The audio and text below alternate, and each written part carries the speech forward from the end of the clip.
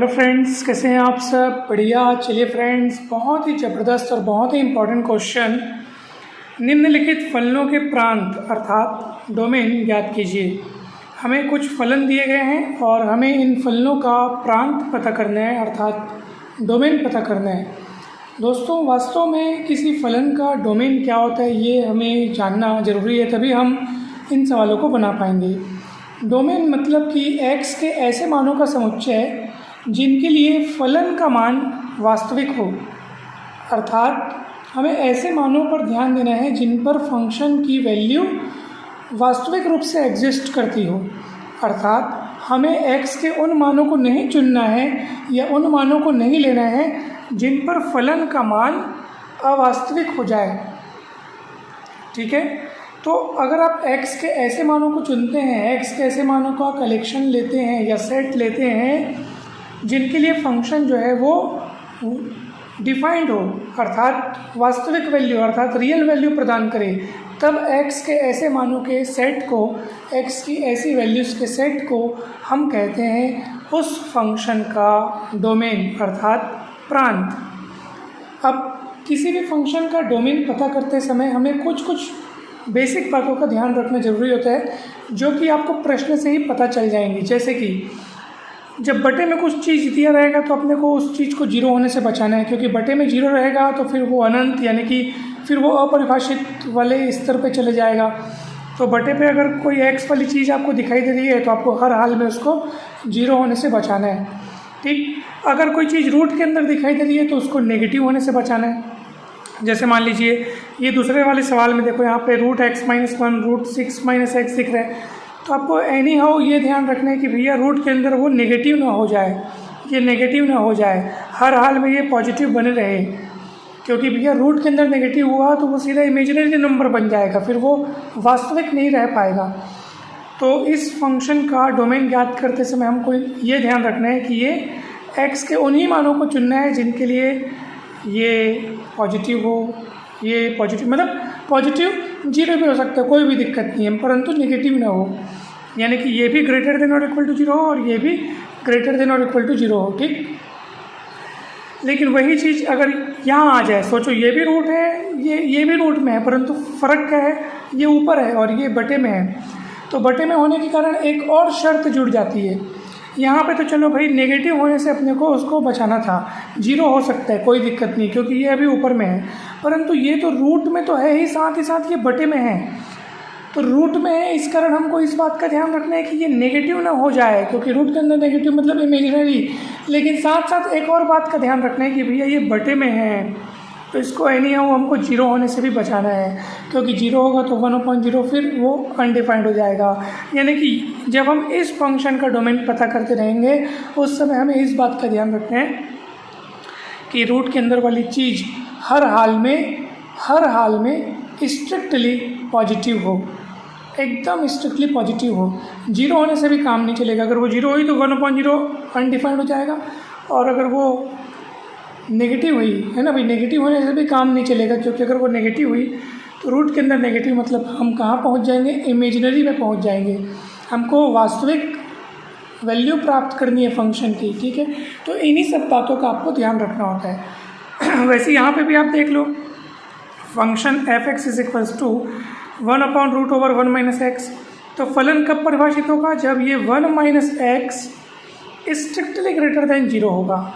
ठीक, क्योंकि ये धनात्मक रहेगा तभी इस फंक्शन की वैल्यू वास्तविक हो पाएगी। ऋणात्मक में क्या होगा, रूट के अंदर ऋणात्मक मतलब अपन इमेजिनरी वैल्यू मिलेगा अपने को फंक्शन का। शून्य भी नहीं हो, शून्य को भी अपन नहीं ले सकते, 1 - x जो है शून्य के बराबर भी अपन नहीं ले सकते। क्यों, क्योंकि 1/0 अनडिफाइंड हो जाएगा।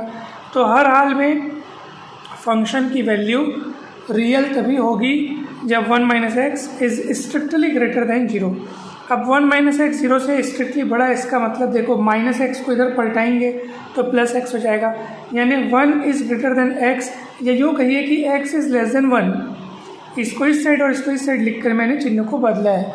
तो ये बहुत इजी, बहुत ही सरल बात है भाई, सीधी सी बात है। यदि x बड़ा है y से, बोलने का मतलब ये है कि y छोटा है x से, x बड़ा है y से मतलब y छोटा है x से। ठीक, जो बड़ा होता है, जैसे मान लो x बड़ा है y से हम बोल रहे हैं ना, तो ये चिन्ह ऐसे रहेगा, जो बड़ा होता है उस तरफ ये ऐसे खुला हुआ होता है, ठीक। और नोक उस तरफ होती है जो चीज़ छोटी होती है, ठीक। तो ये आपको ध्यान रखना है। अब देखो, इसका मतलब ये है कि फंक्शन की वैल्यू वास्तविक तभी होगी जब x का मान 1 से छोटा होगा। तो आप इसको चित्र के माध्यम से, यानी कि हम एक संख्या रेखा बना करके, जैसे आप बोल रहे हैं x का मान 1 से छोटा होगा तो 1 को लिख करके, फिर छोटा मतलब लेफ्ट साइड अपने को ध्यान देना है। अब 1 से छोटा मतलब कितना छोटा, तो उसका कोई यहाँ पे लिमिटेशन नहीं है, यानी कि ये बिल्कुल इन्फिनाइट टर्म्स तक, यानी कि बिल्कुल ये, इसलिए हमने यहाँ पे माइनस अनंत लिखा है, यानी इधर कुछ भी सीमित नहीं है। तो f(x) के डोमेन की जब बात होगी तो f(x) का डोमेन होगा माइनस अनंत से लेकर के 1 तक का ओपन इंटरवल। अब यहाँ पे ओपन इंटरवल क्यों है, तो ध्यान से देखिए। पहली बात तो माइनस अनंत है, तो माइनस अनंत की तरफ से तो ये ओपन ही रहेगा, क्योंकि माइनस अनंत कोई रियल नंबर नहीं है दोस्तों, ठीक है। अब भाई यहाँ पे x का मान 1 से छोटा, तो 1 से छोटा में कितना छोटा, तो उसका कोई किनारा नहीं है। 1 से छोटे में आप कितना छोटा जाओगे, तो कोई किनारा नहीं है, इसलिए कुछ नहीं पता, कोई किनारा नहीं है, कोई अपने को फिक्स्ड पॉइंट नहीं मिलेगा, इसलिए हम यहाँ पे लिखेंगे माइनस अनंत। और माइनस अनंत को हम as a point, as a real number नहीं ले सकते, क्योंकि माइनस अनंत एक रियल नंबर नहीं है, इसलिए माइनस अनंत की तरफ से ओपन। और 1 की तरफ से क्यों ओपन इंटरवल लिए, ओपन इंटरवल मतलब इसके जो अंत बिंदु इसमें शामिल नहीं है दोस्तों, ठीक है। तो माइनस अनंत को तो वैसे भी अपने को शामिल नहीं करना है, क्योंकि माइनस अनंत कोई रियल नंबर नहीं है। और 1 को क्यों नहीं मतलब 1 को शामिल हम लोग क्यों नहीं कर रहे हैं, 1 की तरफ क्यों छोटा कोष्ठक लगाए, 1 की तरफ क्यों ओपन इंटरवल लिखे हैं। 1 में हम लोग ऐसे देखो खाली बिंदु लगाए, मतलब 1 हम शामिल नहीं ले रहे हैं, क्यों, क्योंकि x का मान 1 से स्ट्रिक्टली छोटा है। x का मान 1 के बराबरी की कोई गुंजाइश नहीं है, स्ट्रिक्टली छोटा है। x का मान 1 नहीं है, यहाँ पे 1 से छोटा ही है, इसलिए हमको 1 को नहीं लेना है, इसलिए 1 की तरफ भी छोटा कोष्ठक। छोटा कोष्ठक मतलब वो पॉइंट इसमें शामिल नहीं है। तो इस इंटरवल में न तो 1 शामिल है, न तो माइनस अनंत शामिल है, ठीक दोस्तों। और यही इस फंक्शन का डोमेन है। चलिए अगला सवाल देखिए। अब यहाँ पे फंक्शन आपको दिया है f(x) equal √(x-1) plus √6 - x। फलन f(x) परिभाषित है जब, अब बताओ यहाँ पे रूट है, तो ऑब्वियस सी बात है, रूट होने के नाते हमको इस बात का ध्यान रखना है कि ये रूट के अंदर की चीज़ नेगेटिव ना होने पाए, ठीक है। 0 हो सकती है, क्योंकि यहाँ पे अपॉन वाला कोई चिंता नहीं है, ऊपर में इन लोग 1 या किसी और नॉन जीरो के अपॉन में इन लोग नहीं है, ठीक है। तो ऐसी स्थिति में हमको इस बात का ध्यान रखना है कि ये अंदर की रूट के अंदर की चीज़ें जो है वो ऑलवेज नॉन नेगेटिव हो, अर्थात ग्रेटर देन और इक्वल टू 0 हो। तो x - 1 इज़ ग्रेटर देन और इक्वल टू 0, ठीक। वैसे ही यहाँ पे भी 6 - x इज़ ग्रेटर देन और इक्वल टू 0। -1 को पलटाओगे तो x इज़ ग्रेटर देन और इक्वल टू 1, यहाँ से -x को पलटाएंगे, इधर आएगा तो 6 इज़ ग्रेटर देन और equal to 6 is greater than और इक्वल टू x। तो अब यहाँ से आपको क्या मिल रहा है कि x का मान 1 या 1 से बड़ा है, यानी कि देखो x को इस साइड लिख के मैं 1 को इस साइड लिख के चिन्ह को बदल के लिख सकता हूँ, ठीक है। तो x का मान 1 या 1 से बड़ा है, किंतु x का मान 6 या 6 से छोटा है, तो 6 को इस साइड लिख करके देखो यहाँ पे पता चल रहा है कि 6 का मान x से बड़ा है, बराबर है। अब भाई मैं x को जब इधर लिख चुका हूँ, तो 6 को जब इधर लिखूँगा तो ये चिन्ह को भी मेरे को क्या करना पड़ेगा, बदलना पड़ेगा, सीधी सी बात है। यानी x की वैल्यू 1 से 6 तक के होने पर ये फंक्शन की वैल्यू वास्तविक मिलेगी। 1 से 6 जिसमें 1 भी शामिल है, 6 भी शामिल है, क्योंकि यहाँ पे लेस देन और इक्वल टू इस तरीके से यहाँ पे लिखा हुआ है। तो x बिलोंग करेगा 1, 6 के क्लोज्ड इंटरवल में। क्लोज्ड इंटरवल बोलने का मतलब ये है कि इसमें 1 और 6 भी शामिल है, बीच के पॉइंट्स तो शामिल हैं ही हैं, लेकिन 1 और 6 भी यहाँ पे, यानी कि ये दोनों ही बिंदु यहाँ पे शामिल है, और 1 और 6 के बीच के बिंदु भी वो भी शामिल है, ठीक। अगर आप इसको यहाँ पे ऐसे बनाओगे तो आप 1 और ये 6, और यहाँ पे हमने इसको थोड़ा सा डार्क बना दिया, इससे ये सिद्ध होता है कि ये भी इसमें शामिल है, और यही फंक्शन का डोमेन बन जाएगा दोस्तों, ठीक है। बहुत ईजी है, कहीं पर भी कठिनाई नहीं है। अब तीसरे वाले सवाल में आ जाइए दोस्तों। फंक्शन यहाँ पे दिया आपको 1/√(1 - x, x - 2। यहाँ पे अपॉन में है और ऊपर से रूट भी है, तो फिर से यहाँ पे अपने को ध्यान रखना है कि भैया फंक्शन f(x) परिभाषित होगा जब ये रूट के अंदर वाली चीज़, यानी ये पूरा 1 - x × x - 2, ये क्या होगा, स्ट्रिक्टली ग्रेटर देन 0 होगा। दोस्तों इसको सॉल्व करने का एक ज़बरदस्त तरीका है। देखो सबसे पहले तो हमको ना एक्स का कोफिशिएंट पॉजिटिव बना लेना है सब में। यहाँ तो चलो एक्स पॉजिटिव है, परंतु यहाँ एक्स का कोफिशिएंट माइनस में दिख रहा है। पॉजिटिव बनाने के लिए मेरे को इसको पलटना है, तो 1 माइनस एक्स को मैं x माइनस 1 करूँगा, तो ऐसी स्थिति में माइनस बाहर आ जाएगा। इस माइनस को प्लस बनाने के लिए पूरे इनइक्वालिटी को आप माइनस से गुणा कर दो, तो माइनस से गुणा करने पर ये माइनस माइनस प्लस हो जाएगा। शून्य में माइनस से गुणा करने से आखिर वो शून्य ही रहेगा। किंतु ऐसी स्थिति में क्योंकि हम माइनस का गुणा कर रहे हैं, तो हमको इस इनइक्वालिटी के चिन्ह को बदलना होगा दोस्तों। इस चीज़ को आप लोग ध्यान रखिएगा। जैसे मान लो x is greater then y, अगर आप माइनस से गुणा कर रहे हैं ना, तो अब ये चिन्ह बदल जाएगा, यानी जो पहले ग्रेटर देन था वो लेस देन हो जाएगा। अगर वो लेस देन होता तो वो ग्रेटर देन हो जाता। ठीक है दोस्तों, तो माइनस का गुणा करने से इनइक्वालिटी का चिन्ह बदल जाता है दोस्तों। अब दोस्तों हमें इस तरीके से ये प्राप्त हुआ है। ठीक है, माइनस का गुणा करने के पश्चात हमने ये प्राप्त किया कि x minus 1 into x minus 2 is less than 0। ठीक, अब दोस्तों इसको हम सॉल्व करेंगे बहुत ही सरल तरीका जिसका नाम है वेवी कर्व मेथड। और इस मेथड को बहुत बढ़िया तरीके से अनेक सारे सवालों के साथ समझाया गया है, इस पर वीडियो बनाया गया है, और इस वीडियो का लिंक आपको डिस्क्रिप्शन बॉक्स में मिल जाएगा दोस्तों, ज़रूर देखिएगा। अगर आप वो मेथड सीख जाते हैं तो फिर आप समझ लीजिए कि किसी भी प्रकार की आपको अगर इनइक्वालिटी दी गई हो, कितनी भी कठिन, आप तुरंत उस मेथड की मदद से आसानी से उसका सॉल्यूशन प्राप्त कर सकते हैं दोस्तों। तो वो वीडियो ज़रूर देखिएगा दोस्तों। अब यहाँ पे देखिए किस तरीके से इसको सॉल्व किया गया है। सबसे पहले तो इनको आप 0 के बराबर रख करके x की वैल्यूज़ प्राप्त कर लो। तो x माइनस 1 को 0 के बराबर रखोगे तो x की वैल्यू 1 आएगा। फिर x माइनस 2 को 0 के बराबर रखोगे तो x की वैल्यू 2 आएगा। और उन वैल्यूज़ को यहाँ पे नंबर लाइन में आप उसको व्यक्त कर लो, नंबर लाइन में आप उसको यहाँ पे दिखा दो। ठीक है, अब अपने को क्या करना है, देखो आप ये सुनिश्चित कर लो कि इसके सामने में पॉजिटिव चिन्ह है। अगर नेगेटिव था तो हमने पूरे को माइनस से गुणा करके पॉजिटिव बना लिया। अब यहाँ पे प्लस चिन्ह है। ठीक है, और साथ ही साथ पूरे ब्रैकेट में आप देख सकते हैं सभी ब्रैकेट्स में x का जो चिन्ह है वो पॉजिटिव बन चुका है। अब ऐसी स्थिति में हमको यहाँ से ऊपर से एक वेव चलाना है दोस्तों। अगर जब ये माइनस रहता, अगर हम लोग आप बोलते सर माइनस का अगर गुणा नहीं करेंगे, ये माइनस को अगर प्लस नहीं बनाएंगे तो क्या होगा, अगर आप माइनस रहने देते ना तो यही वेव हमको नीचे से चलाना पड़ता। जैसे अभी अपन ऊपर से चला रहे हैं ना, तो वैसे में अपने को नीचे से चलाना पड़ता। इसलिए हमने माइनस वाले को पहले प्लस बना लिया ताकि हम बहुत ही एकदम सरलतापूर्वक ये कार्य कर सकें। इसलिए पहले आप पूरा प्लस बना लो और फिर बिंदास होकर के ऊपर से वेव स्टार्ट कर दो। ठीक है, तो अपन ऊपर से वेव चलाना शुरू कर दिए।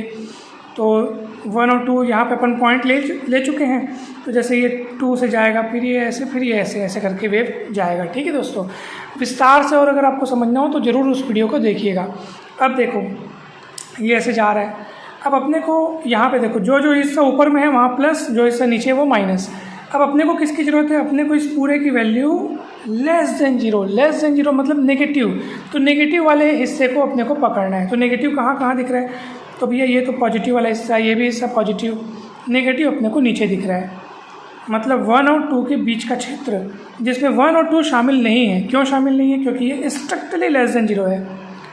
अगर ये स्ट्रिक्टली लेस देन 0 के बजाय ऐसे होता, मान लो लेस देन और इक्वल टू 0 होता ना, तो हम इस 1 और 2 को तब भी शामिल नहीं करते दोस्तों, क्योंकि ना अपॉन में है दोस्तों, अपॉन में है।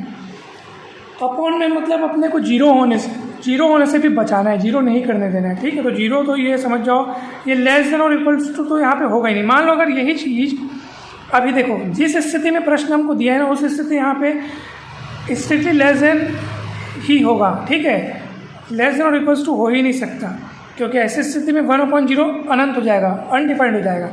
हाँ, अगर मान लो यही चीज़ ऐसे ऊपर रहती दोस्तों, ठीक है, अपॉन में नहीं रहती बल्कि अगर ऊपर रहती,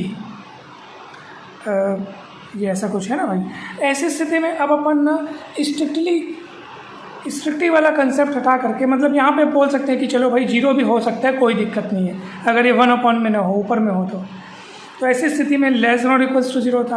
अब लेस देन और इक्वल्स टू 0 में क्या होता कि हम 1 और 2 को भी अपन शामिल करते। ठीक है, परंतु अभी स्ट्रिक्टली ने इसलिए यहाँ पे 1 और 2 को हम शामिल नहीं करेंगे, क्योंकि x का मान 1 और 2 दोनों पर ही, यानी आप दोनों में से कोई भी मान रखो, x की वैल्यू 1 और 2 ये दो ऐसी वैल्यूज़ हैं जिन पर ये फंक्शन अनडिफाइंड है दोस्तों। ठीक है, तो इस बात का अपने को ध्यान रखना है, इसलिए 1 और 2 को हमको यहाँ पे नहीं लेना है, और इसी कारण हमने यहाँ पे गोला लगाया है। Open circle. और अगर 1 और 2 को जब लेना होता, ठीक है, तो हम इस तरीके का चिन्ह लगाते हैं, ठीक, परंतु अभी नहीं लेना है, इसलिए स्ट्रिक्टली लेस देन 0 है। और स्ट्रिक्टली लेस देन 0 इसलिए है क्योंकि रूट के अंदर की चीज़ स्ट्रिक्टली ग्रेटर देन 0 होनी चाहिए। तो हमको अब स्ट्रिक्टली लेस देन मतलब नेगेटिव वाले हिस्से को पकड़ना है जो कि 1 और 2 के बीच का है, इसलिए x बिलोंग करेगा ओपन इंटरवल 1-2 में दोस्तों। तो यही फंक्शन का क्या हो जाएगा, प्रांत अर्थात डोमेन हो जाएगा। तो इस तरह से फंक्शन के डोमेन को ज्ञात करना काफ़ी आसान होता है दोस्तों, बस कुछ विशेष बातों का हमको ध्यान रखना होता है। तो हमें पूरी उम्मीद है कि ये तीनों सवाल आपको बहुत बढ़िया तरीके से समझ में आए होंगे। वीडियो अच्छा लगा हो तो लाइक करके चैनल को सब्सक्राइब जरूर करें, वीडियो को शेयर जरूर करें, और जल्द ही मिलते हैं दोस्तों नेक्स्ट वीडियो में। फंक्शन के डोमेन और रेंज पर विस्तार से और भी अनेक वीडियोस हमारे चैनल पर उपलब्ध हैं। सभी वीडियोस के लिंक आपको डिस्क्रिप्शन बॉक्स में मिल जाएंगे। साथ ही साथ फंक्शन से संबंधित अनेक सारे कंसेप्ट, अनेक सारी बातें, फंक्शन के प्रकार, डेफिनेशन, एग्जाम्पल्स, क्वेश्चंस, सॉल्यूशंस, बहुत सारी चीज़ें, सभी टॉपिक्स के वीडियोस आपको डिस्क्रिप्शन बॉक्स में मिल जाएंगे दोस्तों, ज़रूर देखिएगा। आप सभी को बहुत बहुत धन्यवाद, थैंक यू सो मच दोस्तों। अगर आप किसी भी क्लास में हैं, जैसे कि 10th, 11th, 12th या BSc या BTech, मैथ्स के लिए ये चैनल आपको हमेशा काम आएगा। सभी कॉम्पिटिटिव एग्जाम्स के लिए आपको बहुत हेल्प करेगा ये चैनल, तो ज़रूर सब्सक्राइब करें। और फिजिक्स के लिए भी आपको ये चैनल बहुत काम आएगा दोस्तों। आप सभी को बहुत बहुत धन्यवाद, थैंक यू सो मच। जल्द ही मिलते हैं नेक्स्ट वीडियो में।